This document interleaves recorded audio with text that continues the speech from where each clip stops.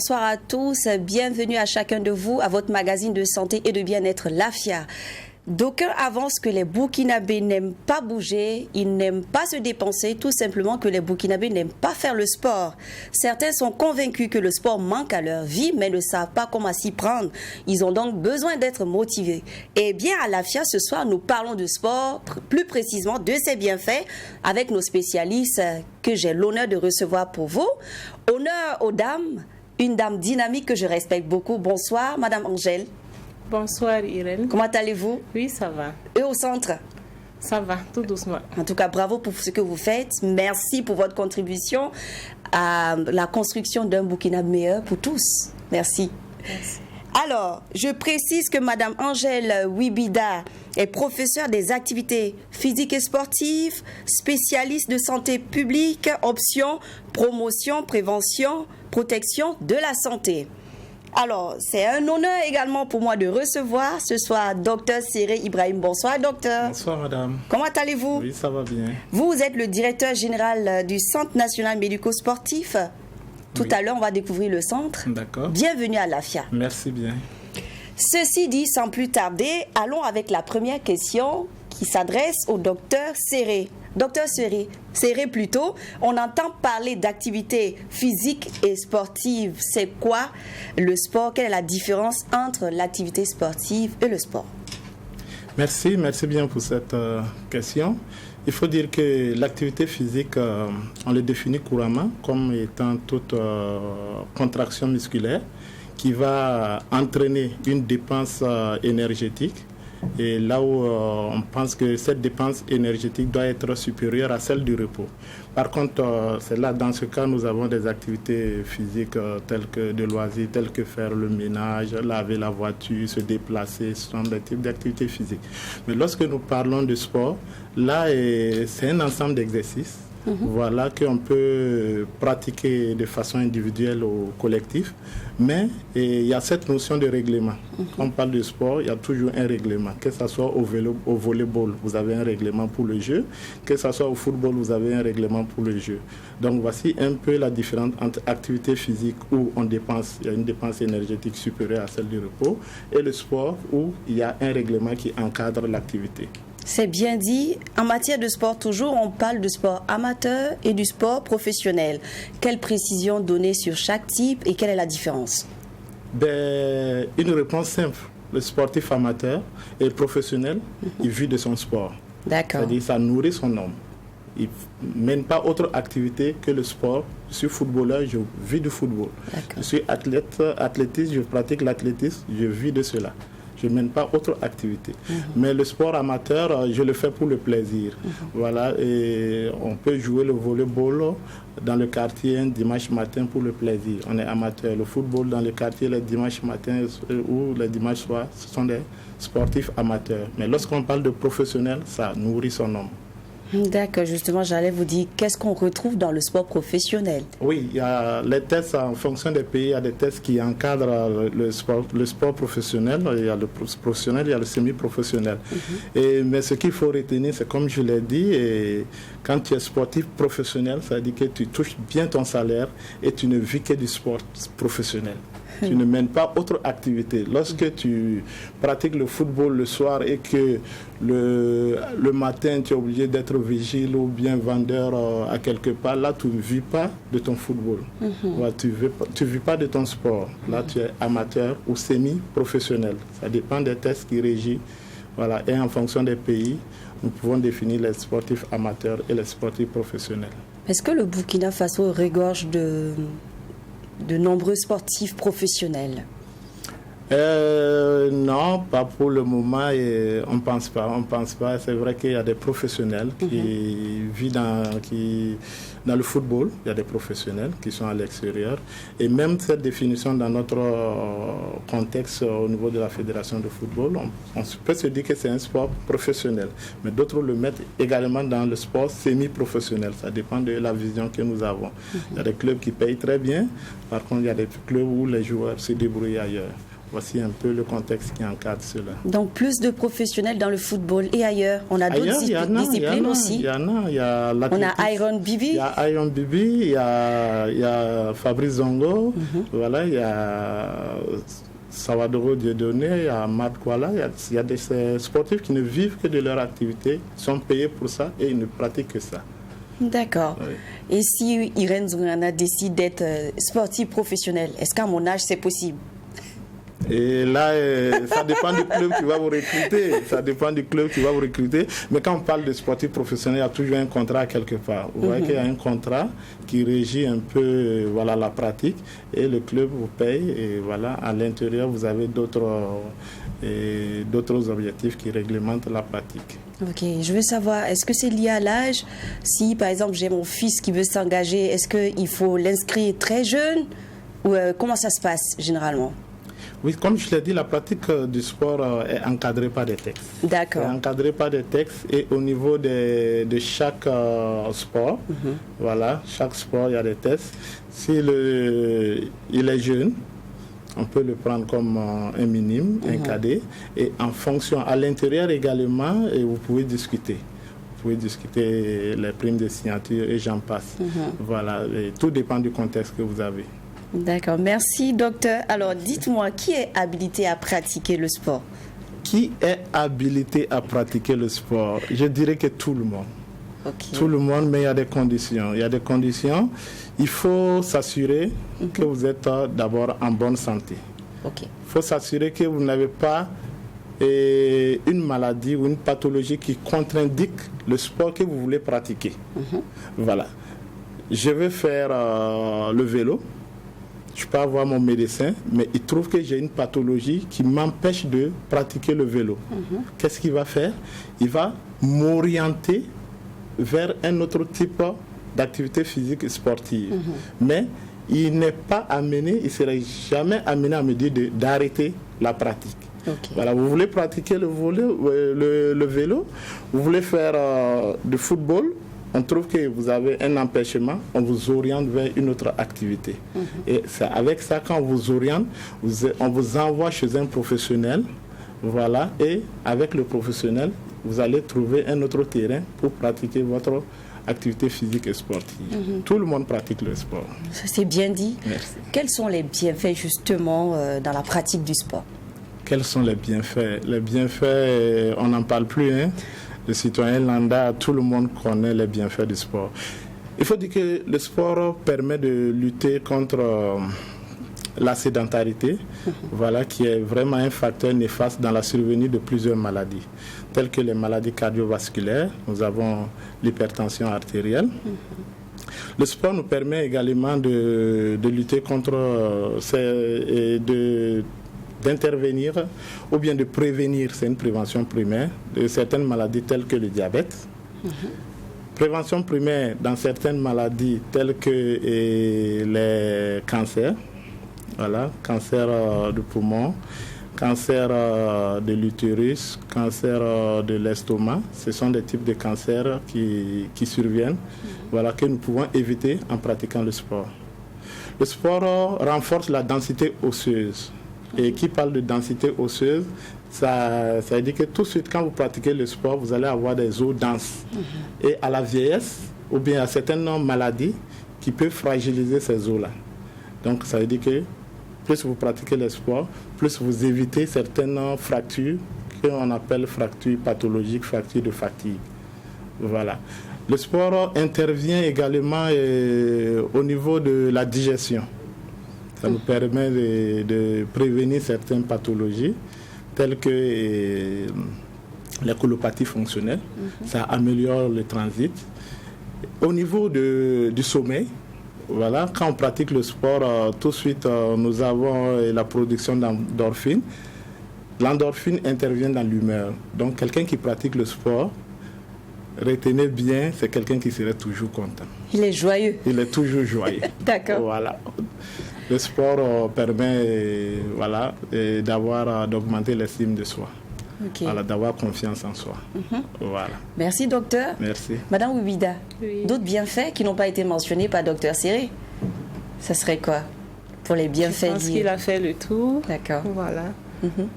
Mais je pourrais ajouter également la gestion du stress, l'anxiété, et puis voilà. Et pour nous les femmes, quels sont les bienfaits? Pour nous les femmes, le sport intervient également pendant la grossesse, en pratiquant un sport adapté, tel que la gymnastique prénatale.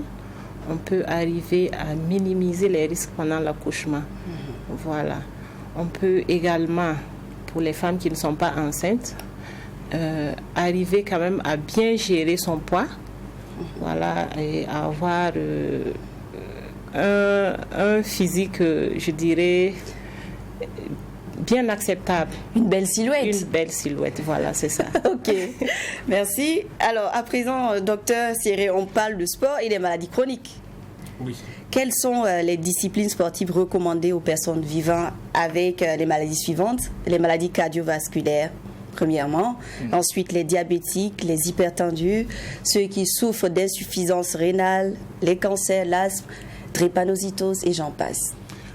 Le type de sport, on a regroupé tout. Hein. Voilà, selon l'OMS, lorsque vous pratiquez, ne serait-ce que 30 à 45 minutes d'activité physique telle que la marche, 3 fois par semaine, c'est déjà bon pour la santé. D'accord. Voilà, il n'y a pas, et c'est vrai qu'en fonction de, si vous prenez le diabète par exemple, en fonction de votre glycémie, en fonction que vous avez un diabète équilibré ou déséquilibré, il y a d'autres facteurs qui rentrent en jeu. Mais retenez tout simplement qu'une activité physique, 30-45 minutes de marche, 3 fois par semaine, c'est déjà bénéfique pour la santé. Pour tout le monde? Pour tout le monde. D'accord. N'y a-t-il pas de risque quelconque justement en cas d'abus? Oui, il y a toujours la pratique d'activité physique et sportive, il y a toujours des risques. Le premier, c'est ce que j'aime appeler, il faut s'assurer que vous êtes en bonne santé. Lorsque vous êtes porteur d'une maladie cardiaque, telle une cardiopathie arythmogène, je prends un exemple, ou vous êtes porteur d'une maladie telle que une cardiopathie ischémique, ce sont des maladies qui peuvent provoquer une mort subite, que l'on retrouve généralement dans la pratique d'activités physiques et sportives. Cardiopathie arythmogène, les cardiopathies congénitales, voilà, et les ischémies, ce sont des maladies qui peuvent entraîner une mort subite. Donc c'est pour cela que nous conseillons que pour commencer la pratique d'activité physique et sportive, rassurez-vous d'abord que vous êtes en bonne santé. Lorsqu'on retrouve ces différentes maladies, on peut être amené de 1 à vous soigner pour que vous puissiez reprendre le sport comme il est, ou bien à vous orienter vers une autre pratique. Il y a ce qui est un peu moins courant, c'est le surentraînement que nous rencontrons beaucoup chez les professionnels. Voilà, et qui, à la recherche d'une performance, lorsqu'ils pratiquent le sport, ils vont voir qu'ils sont en baisse de performance. Ils sont fatigués, ils ont des troubles de sommeil et j'en passe. Donc, hormis généralement le surentraînement chez les professionnels et puis toutes ces pathologies cardiaques sous-jacentes qu'il faut dépister, je pense que c'est bon, il n'y a pas tellement de risques. On constate aussi qu'il y a certains professionnels, lorsqu'ils arrêtent leur carrière, ils prennent du poids. Oui. Cela est dû à quoi? Et cela est dû à ce que je vais dire tout de suite. C'est comme elle a dit. Elle dit que lorsque vous pratiquez le sport, vous arrivez à maintenir votre silhouette, votre corps. Mais il ne faut pas dire que le sport fait maigrir. Tu vois? On n'a jamais dit le sport fait maigrir. D'accord. C'est le sport associé à d'autres facteurs, à d'autres modes de vie qui peut te faire maigrir. Généralement, ce sont des sportifs, quand ils arrêtent, tu vas voir tout de suite, soit ils vont manger de façon désordonnée, ils vont tout de suite se mettre dans l'alcool, la cigarette et j'en passe. Et tous ces facteurs associés vont l'amener à prendre du poids. Voilà, donc pour maigrir, ce n'est pas le sport seulement qu'il faut pratiquer, il faut respecter aussi les modes de vie à côté. Okay. Voilà, donc il y a toujours un déséquilibre quand ces sportifs arrêtent, il y a un déséquilibre entre le sport et puis le mode de vie. Alors, on dit l'activité physique est de plus en plus prescrite par vous les médecins. Alors, pouvez-vous nous expliquer les détails de la prescription? Oui, on s'est dit que ce n'est plus une histoire, ce n'est plus un secret. Voilà, le sport fait partie de la prescription médicale, non médicamenteuse, et vous allez le trouver dans plusieurs bouquins. Et l'objectif ici, c'est d'orienter, quand nous recevons les patients, c'est d'évaluer. C'est d'abord, comme je l'ai dit, rechercher les contre-indications. On examine. On est sûr que ce patient peut pratiquer une activité physique et sportive. On recherche les facteurs de risque, voilà, cardiovasculaires ou autres. Et lorsque nous avons les facteurs de risque, à quelque part également, on fait un examen complet. Un examen complet, notamment, il faut plus se baser sur l'examen cardiovasculaire, comme je l'ai dit. Vous voyez tout de suite, la pratique du sport, les risques, c'est les morts subites, les décès par les morts subites. Donc, il faut dépister ces cardiopathies par un examen. Nous essayons également d'évaluer, et d'évaluer les risques. J'ai parlé des risques tout à l'heure, j'ai parlé de mode de vie et enfin nous sensibilisons le patient. Voilà, je t'ai reçu, j'ai dit voilà tout ce que j'ai à te demander, tu m'as amené, tout va bien, je te sensibilise sur ton mode de vie et je t'oriente vers un spécialiste. C'est là où interviennent les spécialistes en activité physique et sportive, les coachs, et j'en passe, les kinésithérapies. Ok. Avant donc de poursuivre toujours avec mes invités, je vous propose d'aller découvrir le centre dirigé par Dr Serré. C'est le centre médico-sportif et on reparle juste après. Bâti sur une superficie d'1 hectare avec une emprise au sol de 1000 m² extensible, le Centre national de référence en médecine physique et réadaptation du Tengango est le fruit de la collaboration entre le ministère de la Santé et la coopération belge. Un centre spécialisé dans la kinésithérapie et qui, selon son premier responsable, est ouvert à tout patient en situation de handicap. Ici peut venir en fait tout patient en situation de handicap, tout patient quel que soit l'âge, parce que nous avons des situations, nous avons des enfants qui dès la naissance ont des situations de handicap et jusqu'aux personnes âgées. Donc vraiment tout âge confondu, tout sexe et tout genre. Que ce soit en rééducation adulte et enfant, en périnéologie, en ergothérapie, en orthophonie et en hydrothérapie, les patients pourront désormais trouver leur compte dans ce centre. Vous avez juste à côté de vous sur la gauche ce qu'on appelle des espaliers. Les espaliers, leur rôle c'est quoi? Ça permet aux patients de pouvoir réaliser ce qu'on appelle des appuis progressifs. Donc ça peut concerner les patients hémiplégiques, et dont un côté est paralysé. Ça peut également concerner les patients qui ont été victimes de traumatologie au niveau du membre inférieur. En plus des espaliers, il y a les ballons qui servent à faire la gymnastique médicale pour travailler les muscles du dos, les abdominaux et également l'équilibre postural des patients qui ont du mal à s'asseoir. Le patient qui a des problèmes, il ne peut pas s'asseoir comme ça. Donc au départ, on va aller dans une posture comme ça. Il va aller dans tous les sens. Il va essayer de se rattraper et nous, on va être là à côté pour assurer la sécurité.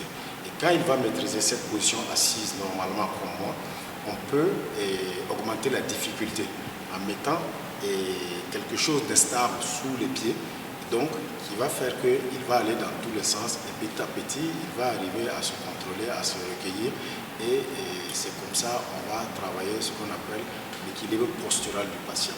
Là, l'on a des cages de polythérapie qui servent à renforcer les muscles des membres inférieurs et des membres supérieurs.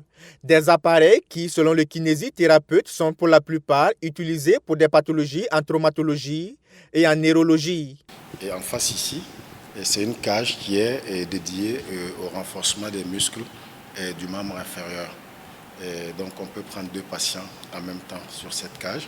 C'est pour renforcer les muscles du membre inférieur. Alors, juste en face là, ce sont des box pour les massages et puis les exercices, les gymnastiques et sur la table et également tout ce qui est manipulation.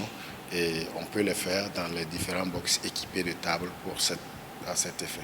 Du côté du ministère des Sports, la réalisation de ce centre est saluée à sa juste valeur en ce qu'il permettra de prendre en charge les joueurs blessés. Ce centre est peut-être fait plutôt pour les sportifs.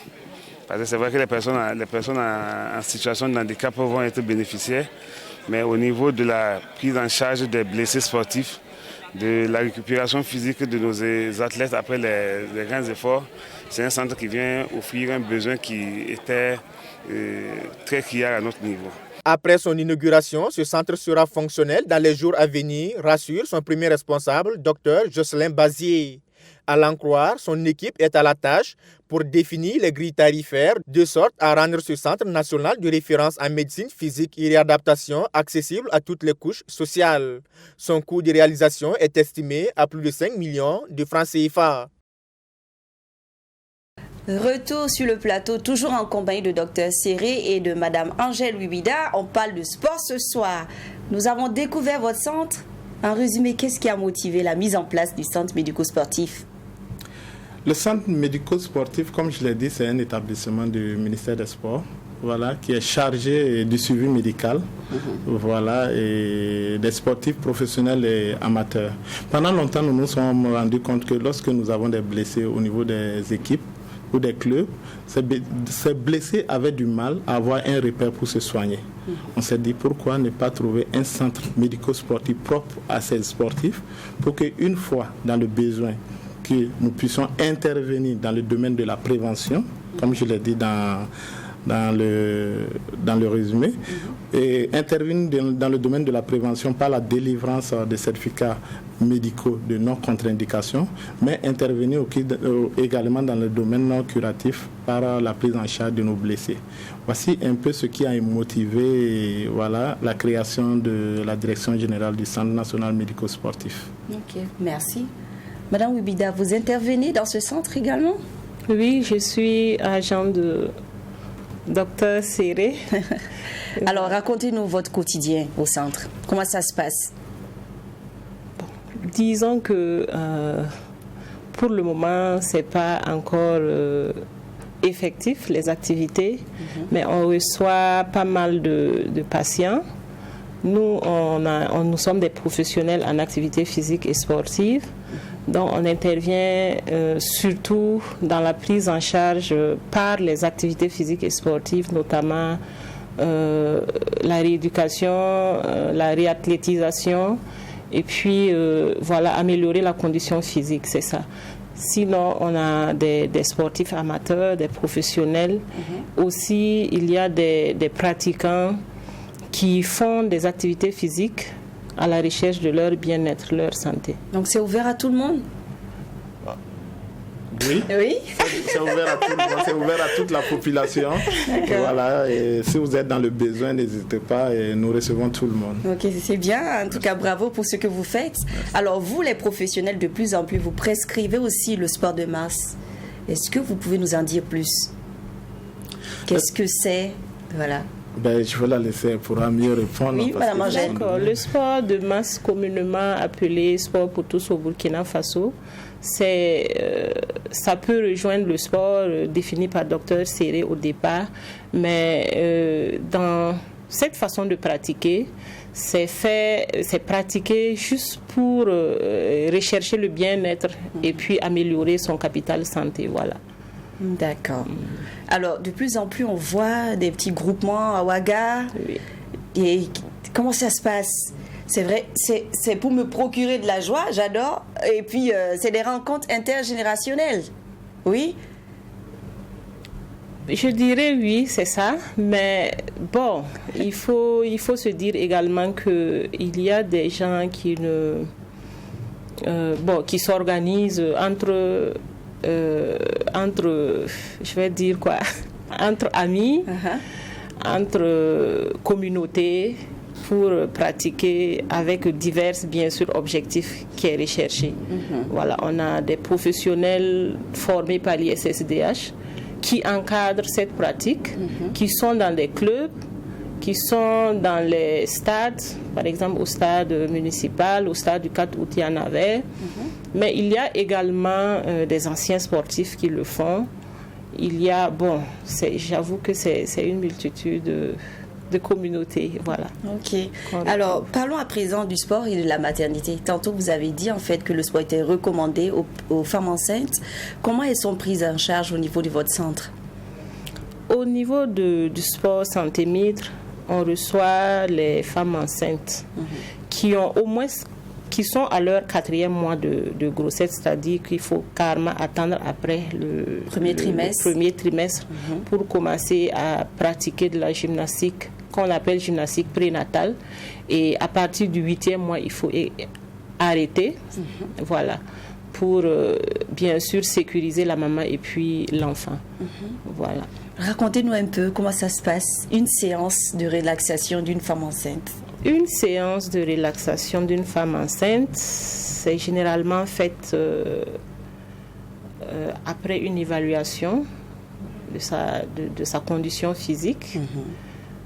On mesure la taille de la femme enceinte, sa masse, et on déduit l'IMC. Il y a une grille qui nous permet de dire si la femme est dans les normes ou pas.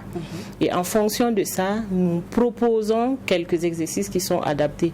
Mais c'est essentiellement basé sur des exercices vraiment de relaxation, de détente, sur le ballon qu'on appelle le football. Il y a également le yoga qu'on pratique. Présentement, on a pas mal de femmes enceintes qui sont au niveau de 60 mètres. Okay. Un commentaire, docteur Séré? Oui, il faut dire, je vais ajouter comme ce qu'elle a dit. Vous voyez, c'est toujours les mêmes objectifs recherchés. Voilà, une femme enceinte, vous avez ce que généralement nous appelons l'hypertension gravidique. C'est l'élévation des chiffres tensionnels qui surviennent au cours de la grossesse. Vous avez le diabète gestationnel, diabète qui survient au cours de la grossesse. Vous avez également d'autres facteurs. En pratiquant le sport, la femme aura confiance en elle-même. Elle pourra lutter contre la dépression, l'anxiété, et c'est ce facteur recherché. Mais il faut pratiquer tout en ayant également là le feu vert de gynécologue. Parce que lorsqu'il y a d'autres pathologies cachées, on va contre-indiquer la pratique des activités physiques. Il y a des pathologies chez la femme lorsqu'elle saigne, par exemple, lorsqu'elle est porteur d'une grossesse pathologique telle que placenta prévia, rupture prématurée. Il faut contre-indiquer la pratique de l'activité physique et sportive. Donc, c'est au gynécologue de dire, il donne son feu vert et tout de suite, la femme enceinte ira voir les professionnels et les types d'activités physiques vont découler. Ok, merci.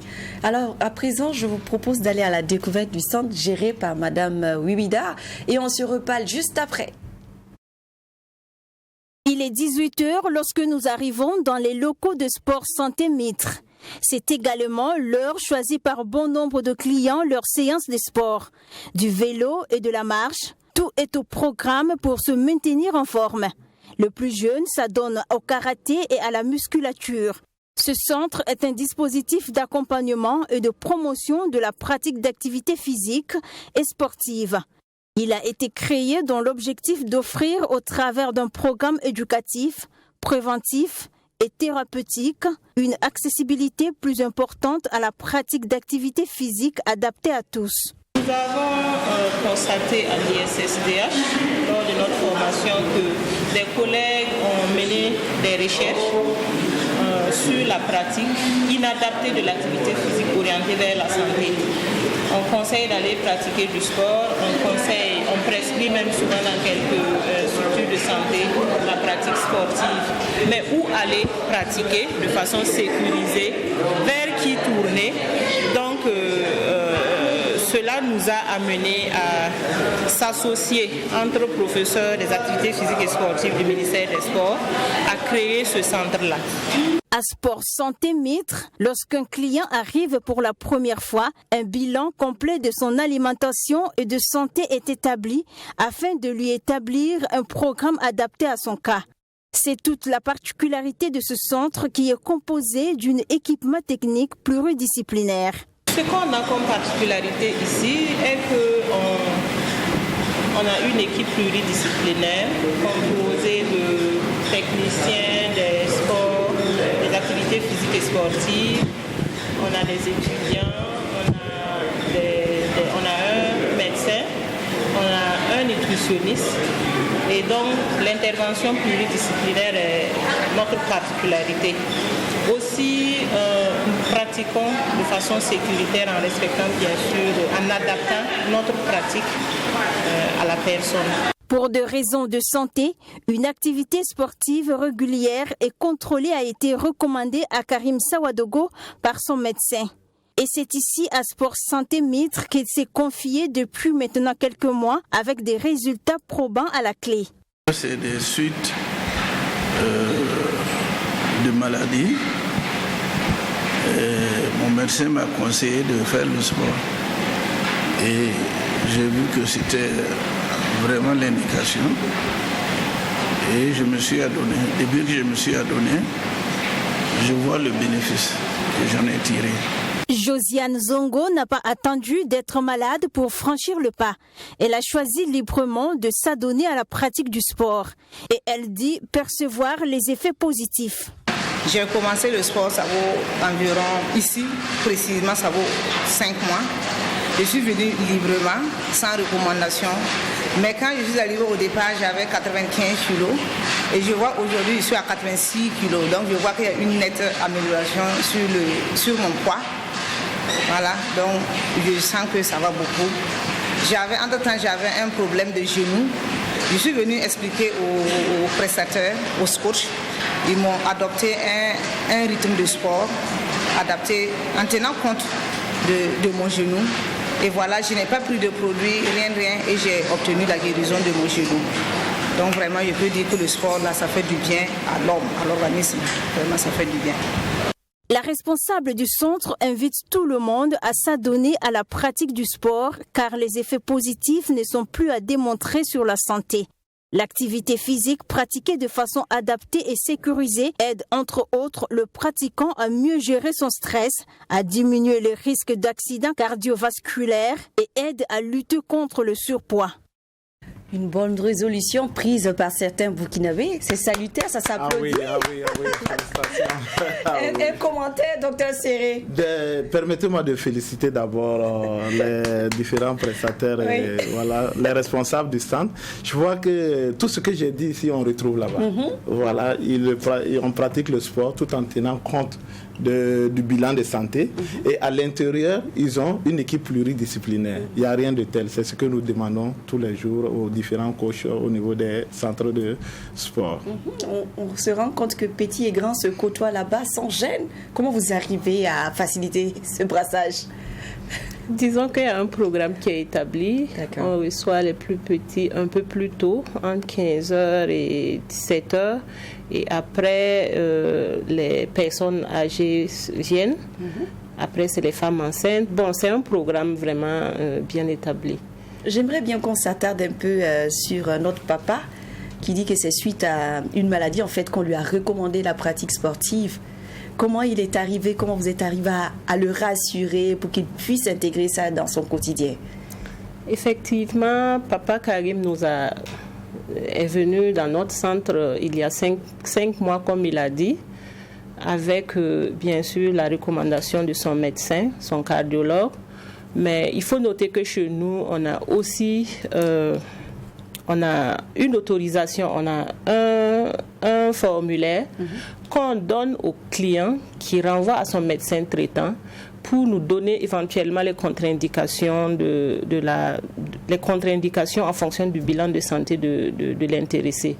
Donc, papa Karim est venu nous voir, on lui a remis le formulaire, son médecin a notifié ce qu'il ne fallait pas faire et ce qu'il fallait faire.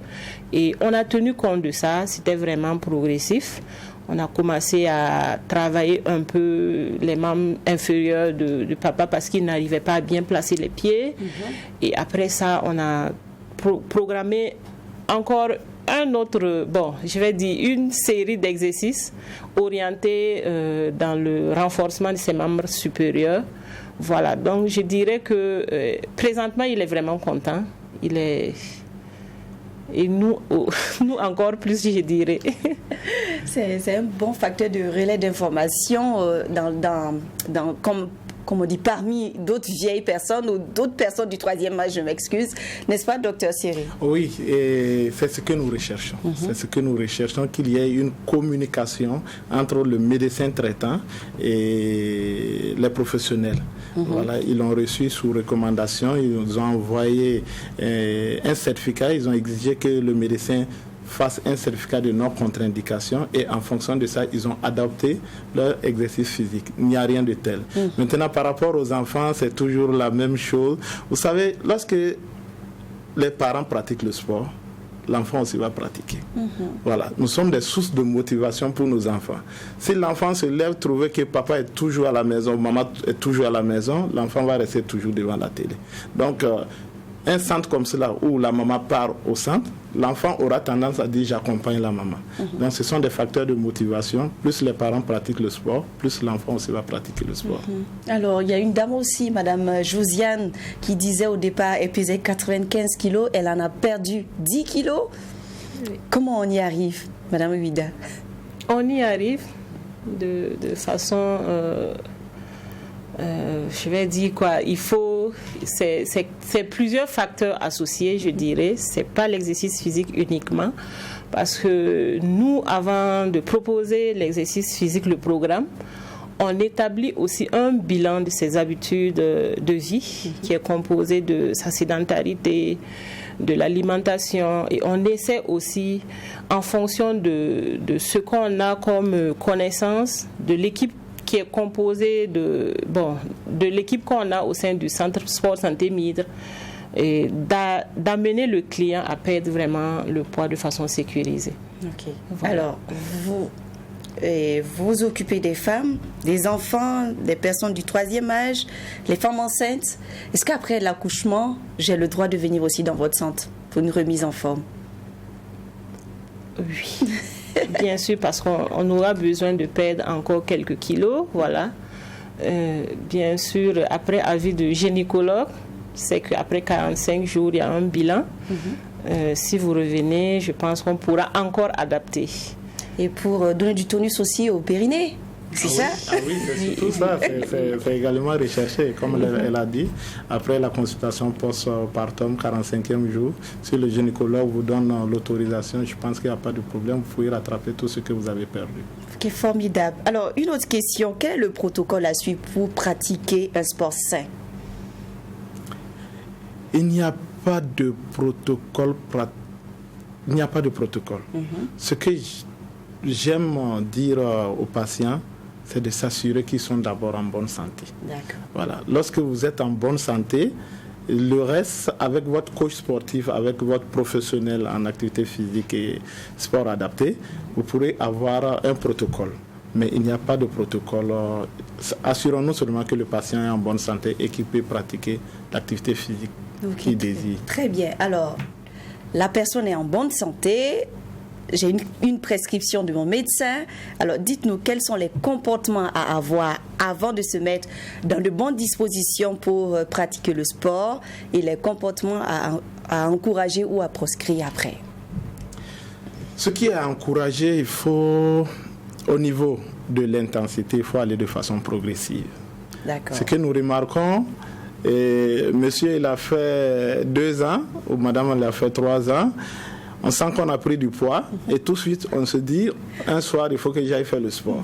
Et arrivé au terrain, on veut faire 10 tours de terrain. Oui. Ah non, il faut aller de façon progressive. Tout doucement. Tout doucement. Et c'est là je dis il faut toujours s'attacher les services d'un professionnel en activité physique et sportive, un coach sportif. Voilà, pour pouvoir adapter le rythme et la durée, la fréquence. Justement, pendant combien de temps, ou bien combien de fois plutôt par semaine ou par mois, il est recommandé de faire du sport? 3 fois par semaine, au moins 3 fois par semaine. Ok. Voilà. Et ça dépend du type d'activité physique. Ok. Confirmé, Madame Angèle? Oui, c'est bien ça. Ok. Bien Quand ça. je décide de faire la marche ou bien du vélo, qu'est-ce qui est recommandé? Ou de faire de la natation ou de la danse, tout ça aussi c'est des disciplines sportives, n'est-ce pas? Oui, là il faut laisser le patient choisir. D'accord. Voilà, parce que si vous lui donnez s'il y a une contrainte, il va tout de suite abandonner. S'il aime marcher, il faut l'encourager dans la marche. S'il aime faire le vélo, il faut l'encourager dans le vélo. Voilà, ça fait partie des freins qui peuvent amener le patient à abandonner tout de suite le sport s'il n'aime pas la discipline choisie. Ok. Alors, que faire pour motiver davantage les Burkinabés à intégrer le sport dans leur quotidien? Il faut communiquer. Il faut communiquer. Nous avons adopté certains modes de vie présentement. Je prends les femmes, j'aime le dire, tu prends la femme à la maison, elle est devant sa télé, la bonne est en train de nettoyer la maison, la bonne est en train de faire la cuisine, la bonne fait tout. Et à la fin, on s'inquiète qu'on a une hypertension, on a un diabète, et la bonne est en bonne santé. Non, encourageons les gens à lutter contre la sédentarité. C'est la même chose pour ceux qui sont dans les bureaux. Et vous voyez, présentement, je viens au bureau. Au lieu de prendre les escaliers, je vais prendre l'ascenseur. Je prends un exemple, je prends l'ascenseur. Je rentre au bureau, je m'assois, on m'amène les papiers, je fais mon travail. Même pour aller manger présentement, on ne descend même plus aller chercher à manger. On commande, on vient nous donner, on s'assoit et on peut passer toute la journée assis. Non. Entre deux activités, entre deux signatures, entre deux réunions, on peut marcher, on peut faire des exercices même au bureau. Voilà. Voici, il faut vraiment communiquer sur l'importance de l'activité physique et sportive et dire que les maladies cardiovasculaires, le diabète, les cancers, c'est une réalité en Afrique. Voilà. Nos mamans, nos grands-mamans n'ont pas connu ça. Mais présentement, tu vois des jeunes avec une hypertension, tu vois des jeunes diabétiques, c'est une réalité en Afrique. Donc il faut communiquer beaucoup sur les bienfaits du sport et sensibiliser les gens, éduquer les gens et on verra qu'on aura des résultats. Madame Wivida. Pour ajouter, je dirais aussi que la proximité c'est un facteur de motivation. Quand on a un cadre bien adapté, quand on a un terrain qui est sécurisé, on peut sortir aisément marcher. Donc, il faudrait aussi voir de ce côté-là. Voilà. Les terrains à Ouaga, la plupart est utilisé à d'autres fins. Les terrains réservés, bien sûr, pour l'activité physique, pour la marche, les loisirs actifs des gens est utilisé à d'autres fins. Donc, on pourrait aussi voir à ce niveau. Justement, quel message avez-vous à lancer à l'endroit des autorités pour qu'il y ait plus, comment on appelle ça, d'espaces réservés au sport de masse? Oui, et c'est une réalité, comme elle a dit. Nos espaces réservés au sport de masse, on remarque dès 17h, 18h, c'est des chaises qu'on dépose à gauche, à droite. Et si on ne s'y pas garde, voilà. Et lorsqu'il n'y a pas, vous n'avez pas de lieu pour faire le sport, voilà. Du coup, vous êtes appelé à abandonner. Bon, c'est de lancer encore un appel pour que les terrains réservés au sport soient viabilisés, voilà, parce que la nature aurait du vide. Lorsqu'on matérialise quelque chose dans un terrain pour montrer que c'est un espace réservé au sport, je pense que ça empêche les gens d'occuper, voilà, pour d'autres fins. Voilà. Et au niveau du ministère des Sports et des Loisirs, nous avons également une direction qui s'occupe, toute une direction qui s'occupe de la promotion, voilà, du sport pour tous. Voilà, et chaque année, ils organisent des activités et je pense que c'est toujours bon de continuer dans cet élan. Quel est le souhait que vous avez à formuler à l'endroit de ceux qui nous regardent? Il faut vraiment s'adonner au sport parce que les bienfaits ne sont plus à démontrer. Voilà, de façon spécifique aux agents de santé. Je souhaite réellement qu'on prescrive l'exercice physique, qui est comme Dr Cyril l'a dit, c'est un traitement non médicamenteux assez efficace. Voilà. À la population, trouver un créneau pour bouger, trouver un créneau pour marcher, pour faire du sport. Il n'y a rien de tel. Voilà. D'accord. Alors, qu'est-ce qu'on retient d'essentiel, Docteur Cyril? Qu'est-ce qu'on retient d'essentiel? C'est de pratiquer le sport. Pratiquer le sport pour rechercher les bienfaits. Mais pratiquer le sport, il faut tout de suite s'assurer que vous êtes d'abord en bonne santé. Assurez-vous que vous avez déjà vu votre médecin, que vous a donné un quitus et que vous pouvez pratiquer. Ce qu'on retient également, c'est de sensibiliser. c'est de favoriser l'installation des centres que nous avons vus tout de suite et inviter les gens à y pratiquer, à y fréquenter. Voici un peu ce que je voulais dire comme conclusion. Organiser des journées santé et sport pour tous, par exemple? Oui. Oui. En tout cas, moi, je tiens à vous dire merci. Merci d'être venu sur le plateau de l'AFIA. Avant donc de se dire au revoir, voici l'engagement que les téléspectateurs et nous avons pris. Oui. Donc, je voudrais rassurer mes invités ici présents que les Burkinabés et nous avons décidé de prendre cette résolution ferme. Nous allons pratiquer une activité sportive régulière. Ça s'applaudit, n'est-ce pas? Nous avons donc compris à travers vos propos, Dr Serré et Madame Wibi d'Argel, que life is good, n'est-ce pas? Yes. Elle n'est pas belle la vie, bien sûr qu'elle est belle. Et sportivement parlant, nous allons nous y mettre avec vous, avec ceux qui nous regardent, avec tous les Burkinabés. Donc ça a été un plaisir pour moi de vous recevoir. On se dit à très vite sur... comment ça s'appelle, le chemin Ouaga Live peut-être pour le marathon. Voilà, pourquoi pas. Voilà, et donc bonsoir chez vous. On se dit à très vite pour un autre numéro de l'AFIA.